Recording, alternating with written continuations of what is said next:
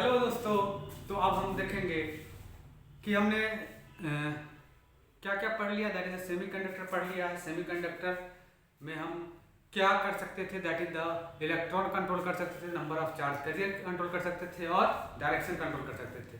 इसी तरह हमने वैक्यूम ट्यूब का भी वर्किंग देखा था। अब जो नेक्स्ट है वो है कि किस तरह से क्रिस्टल में एनर्जी का डिस्ट्रीब्यूशन होता है। जो क्रिस्टल में इलेक्ट्रॉन होते हैं उनमें किस तरह का एनर्जी का डिस्ट्रीब्यूशन होता है, इसकी बात करेंगे। तो चलिए, क्रिस्टल से पहले अगर मैं क्रिस्टल या सॉलिड ले रहा हूँ कोई भी, तो एक ले लेता हूँ कोई सॉलिड।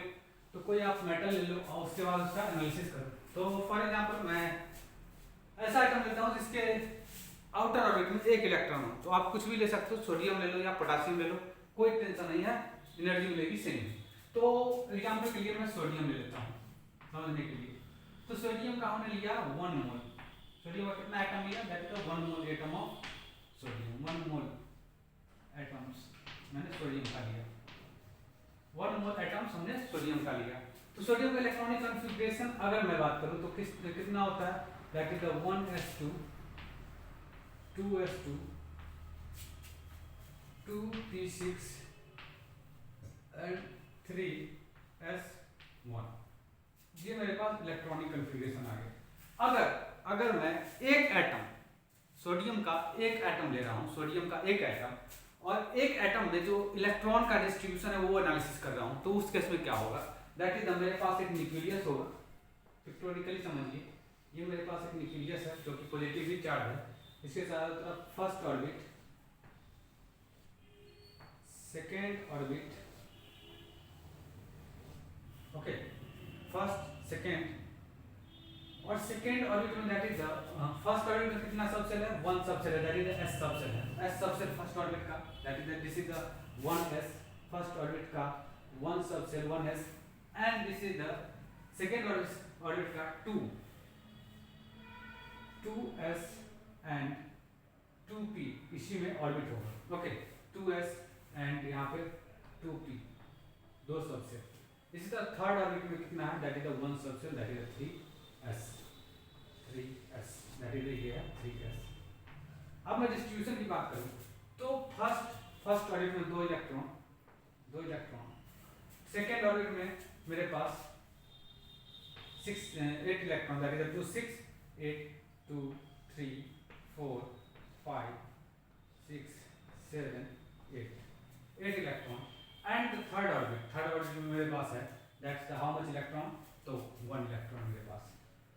अगर मैं इसका एनर्जी डायग्राम देखूं हर एक ऑर्बिट का, तो हर एक ऑर्बिट का एक एनर्जी लेवल होता है, आपने पढ़ा होगा। जब हम किसी 1 ऑर्बिट से सेकेंड ऑर्बिट में जंप करेंगे तो वहां पे एनर्जी हम कंज्यूम करेंगे, that is hc by lambda. आपने पढ़ा होगा जो एनर्जी होता है, that is hc by lambda. Hydrogen spectrum में, दैट इज हाइड्रोजन स्पेक्ट्रम में क्या करते थे कि हम यहाँ से एनर्जी दैट इज इनपुट करते थे, तो वन एटम से दूसरे एटम में चली जाती थी। जब एटम 1 ऑर्बिट से, सॉरी एटम नॉट इलेक्ट्रॉन, जब इलेक्ट्रॉन 1 ऑर्बिट से सेकंड ऑर्बिट में जंप करते थे तो उसके एनर्जी रिलीज करती थी। जब इलेक्ट्रॉन लोअर ऑर्बिट से हायर ऑर्बिट में जाती थी तो electron that is energy absorb करती थी। तो hc बाय लैम्डा, एक electron that is higher orbit से लोअर ऑर्बिट एनर्जी रिलीज करेगी, हायर ऑर्बिट से लोअर ऑर्बिट तो एनर्जी क्या करेगी, रिलीज करेगी, एंड लोअर से higher that is energy absorb करेगी। तो सेम hc बाय लैम्डा ये एनर्जी एब्जॉर्ब कर देती। अब इसका कुछ लेवल होता था, आपको याद होगा, आपने पढ़ा होगा, दैट इज मॉडर्न फिजिक्स में। तो हर एक सेल का अपना लेवल होता था। जैसे फॉर एग्जांपल ये मेरे पास तो न्यूक्लियस का हो गया 0 लेवल,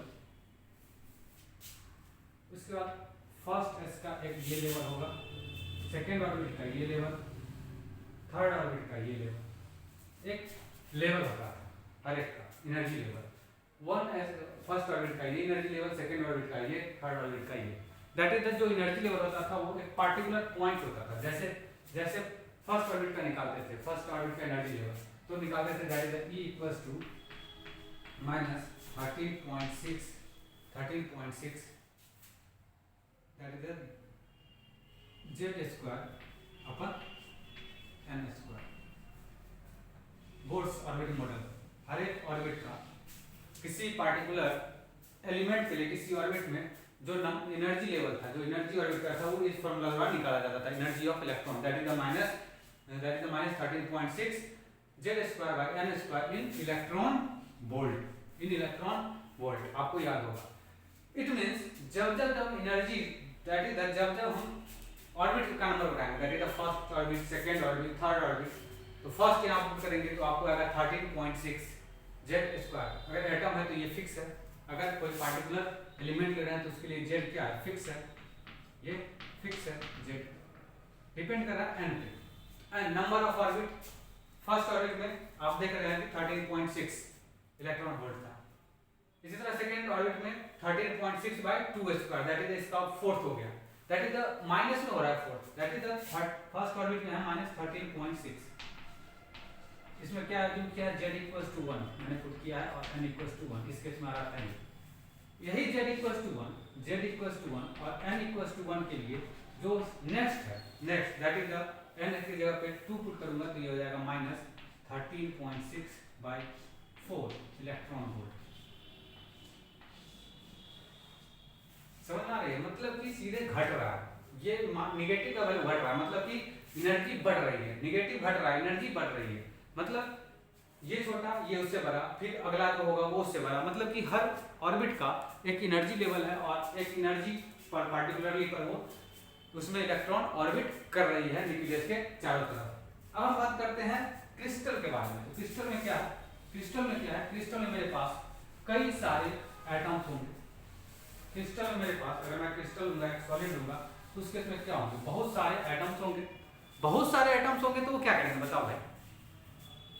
जैसे अब इसके आसपास एक एटम नहीं है और इसके आसपास एक और एटम आ गया सेम टू सेम, तो इसके आसपास एक और एटम आ गया जस्ट लाइक दैट। दो एटम का हम पहले समझते हैं, क्योंकि हम सॉलिड ले रहे हैं, सॉलिड ले रहे हैं उसमें एक एटम नहीं होंगे, कई गुना एटम होंगे। हमने 1 मोल लिया है, मतलब इस केस में कितने एटम है, दैट इज 6 पॉइंट अप्रोक्सीमेटली बोलते हैं 6.10⁻23 एटम्स है, 6 × 10⁻23 एटम्स है। तो हम पहले देख लेते हैं दो एटम्स के बीच क्या सब हो रहा है। जब हम क्रिस्टल ले रहे हैं तो दो जो नियर वाले एटम है, जो नेबरिंग एटम है, उनके बीच क्या हो रहा है। तो मान के चलो ये एक एटम था, इसके नेबर में दूसरा एक एटम है, सेम सोडियम एटम है, लाइक दिस। इसका भी कुछ ऑर्बिट है इस तरह से, first orbit, second orbit and third orbit. I hope आपको समझ में आ रहा होगा, फर्स्ट सेकेंड थर्ड। दूसरा सोडियम एटम। इस केस में क्या हो रहा है, इस केस में कि यहाँ जो इलेक्ट्रॉन है और ये जो इलेक्ट्रॉन है ये नजदीक है, ये नजदीक है, इलेक्ट्रॉन दोनों एटम के इलेक्ट्रॉन नजदीक है, दोनों पर सेम चार्ज, तो ये इसके साथ कुछ इंटरेक्ट करेगा, रिपल्सिव फोर्स लगाएगा। सेम टू सेम ये न्यूक्लियस और इलेक्ट्रॉन के बीच ज्यादा दूरी नहीं है, क्योंकि वो नजदीक है। सॉलिड के केस में एटम्स आर क्लोजली पैक्ड मतलब कि बहुत नजदीक होते हैं, तो इलेक्ट्रॉन जो है इंटरेक्शन करती है एक दूसरे से, मतलब कि जो इलेक्ट्रॉन इसका है, जो आउटर ऑर्बिट में इसका इलेक्ट्रॉन है, ये एक दूसरे से इंटरेक्ट करेगी, मतलब कि ये एक दूसरे को रिपेल करेगी। सेम चीज ये न्यूक्लियस भी इस इलेक्ट्रॉन को अपना इन्फ्लुएंस डालेगी, मतलब ये इसको अट्रैक्ट करेगी। ये इलेक्ट्रॉन खुद के न्यूक्लियस से भी अट्रैक्शन में है, मतलब कि एक इलेक्ट्रॉन पे आप देख रहे हो कि जब दो इलेक्ट्रॉन साथ आते हैं तो हर एक इलेक्ट्रॉन पे, मतलब जो इस इलेक्ट्रॉन के साथ हो रहा है सेम इस इलेक्ट्रॉन के साथ हो रहा होगा, दैट इज इस इलेक्ट्रॉन का न्यूक्लियस इससे इन्फ्लुएंस में आ रहा होगा और इससे भी अट्रैक्ट हो रहा होगा और इससे रिपेल हो रहा होगा, मतलब कि दोनों इलेक्ट्रॉन एक दूसरे से इंटरेक्ट करते हैं। क्या होता है इंटरेक्ट, कुछ आदान प्रदान करते हैं, जैसे आप लोग आदान प्रदान दोस्तों के बीच करते हो, यार भाई 100 रुपया तू दे दे कल ले लेना, तो इस तरह से इलेक्ट्रॉन भी आदान प्रदान करते हैं। आदान प्रदान होता है इलेक्ट्रॉन के बीच। जब आदान प्रदान इलेक्ट्रॉन के बीच हो रहा होता है तो इस केस में क्या होता है कि किसी इलेक्ट्रॉन की एनर्जी बढ़ जाती है। सब पहले थे एक लेवल पे, सारे के सारे इलेक्ट्रॉन जब आइसोलेटेड एटम्स की बात करते हैं उस केस में क्या था, इलेक्ट्रॉन का एक पार्टिकुलर एनर्जी लेवल था। इस केस में क्या हो रहा है कि इलेक्ट्रॉन आपस में इंटरेक्ट कर रहे हैं, दो एटम्स आए, दो नेबरिंग एटम्स आए और एक दूसरे के इलेक्ट्रॉन को इंटरेक्ट करना शुरू कर दिया, एनर्जी का एक्सचेंज करना शुरू कर दिया। अब एनर्जी का एक्सचेंज करेगा तो किसी के पास एनर्जी ज्यादा आ जाएगी, किसी के पास एनर्जी कम हो जाएगी। आपको समझ में आ गई होगी, आप किसी के पास एनर्जी ज्यादा हो जाएगी तो किसी के पास कम हो जाएगी, मतलब कि अब वो इलेक्ट्रॉन जो था उसके पास अब एक एनर्जी तो रहेगी, लेकिन वो एनर्जी जो पहले फिक्स्ड ऑर्बिट की एनर्जी थी अब उससे कहीं डिफर करेगी, उस ऑर्बिट की एनर्जी से थोड़ा ज़्यादा हो सकती है या थोड़ा सा कम हो सकती है। अब सोचो ये चौक मेरे पास एक एटम्स इलेक्ट्रॉन है और इसके चारों तरफ एटम्स है और सबके पास इलेक्ट्रॉन होंगे। फॉर एग्जांपल ये मेरे पास एटम्स है, चारों तरफ इलेक्ट्रॉन इसके घूम रहे हैं, हर एक इलेक्ट्रॉन इंटरेक्ट कर रही है और ऐसा ही इलेक्ट्रॉन अरबों में है, नंबर ऑफ इलेक्ट्रॉन इन अरब से भी ज्यादा है, बहुत ज्यादा है यार।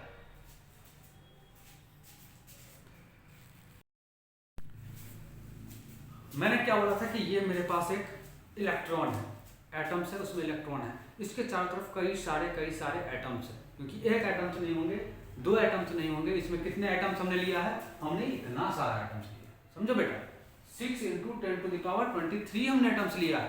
तो इसके चारों तरफ मान के चलो, इसके चारों तरफ 6 ही एटम्स, ये इलेक्ट्रॉन दैट इज ये एटम्स अपने नेबरिंग में 6 एटम से ही घिरा हुआ हो, तो इसके पास जो इंटरेक्शन हो रहा है, एक एटम से हो रहा है 3 इंटरेक्शन इसका, 3 इंटरेक्शन इसका, 6 इलेक्ट्रॉन, 2 एटम से तो 6 इंटरेक्शन हो रहा है। सोचो 6 है, कितना ज्यादा इंटरेक्शन होगा, और इतना ज्यादा इंटरेक्शन होगा तो सभी इलेक्ट्रॉन की एनर्जी में कुछ ना कुछ बदलाव आएगा, किसी का एनर्जी बढ़ जाएगा तो किसी इलेक्ट्रॉन का एनर्जी घट जाएगा, एक पार्टिकुलर ऑर्बिट में बात कर रहा हूं। सेकेंड चीज कोई भी इलेक्ट्रॉन हो, किसी भी एटम का इलेक्ट्रॉन हो, 6 मैंने माना है कि ये एटम 6 एटम से घिरा हुआ है। अब 6 जो एटम्स है, 6 एटम्स है, सब में 6 आउटर ऑर्बिट की बात कर रहा हूँ केवल मैं, ध्यान रखो आउटर ऑर्बिट की बात कर रहा हूँ, अंदर में मत घुसना, अंदर में घुसोगे कंफ्यूज कर जाओगे।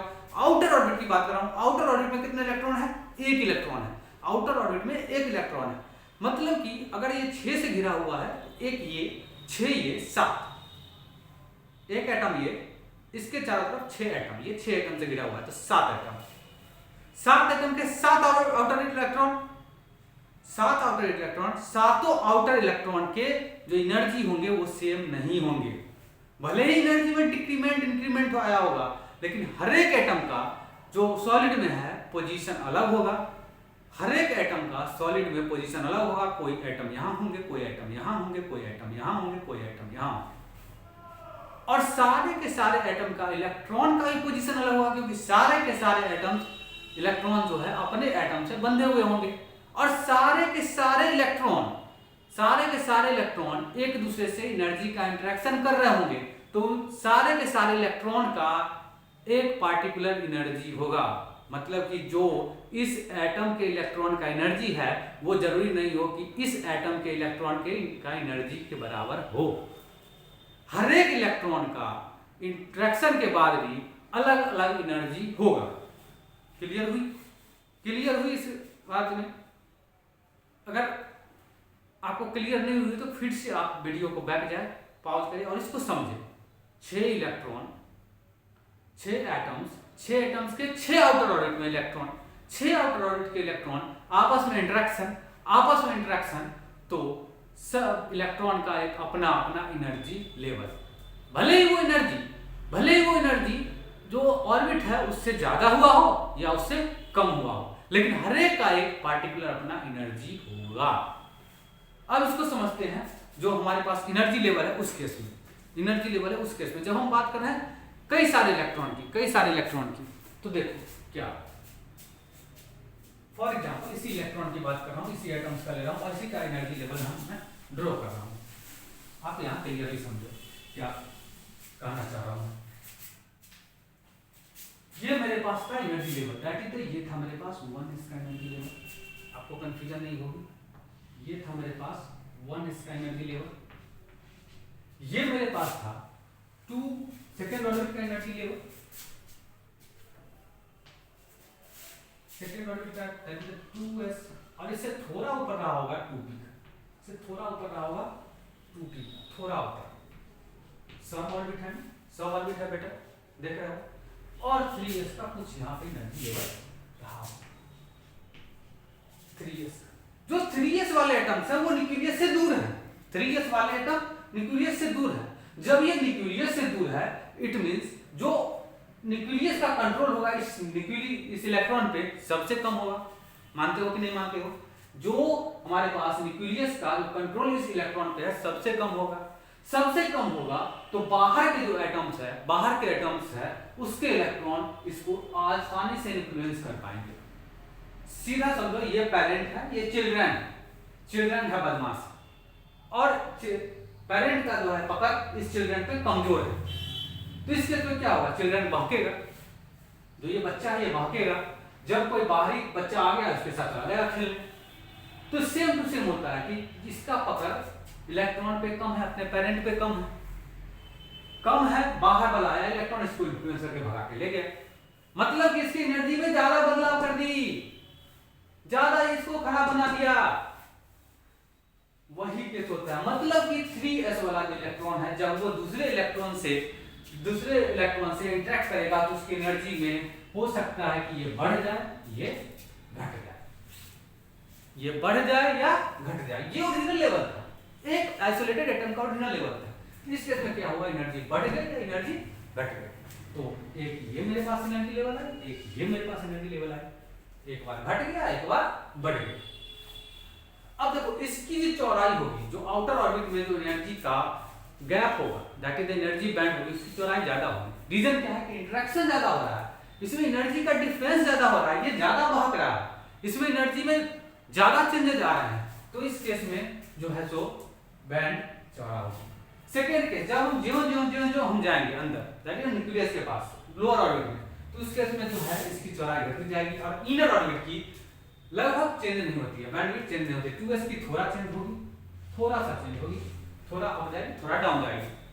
लेकिन जो आउटर ऑर्बिट होगा उसमें ज्यादा इंटरेक्शन देखने को मिलेगा, ज्यादा एनर्जी में फ्लक्चुएशन देखने को मिलेगा।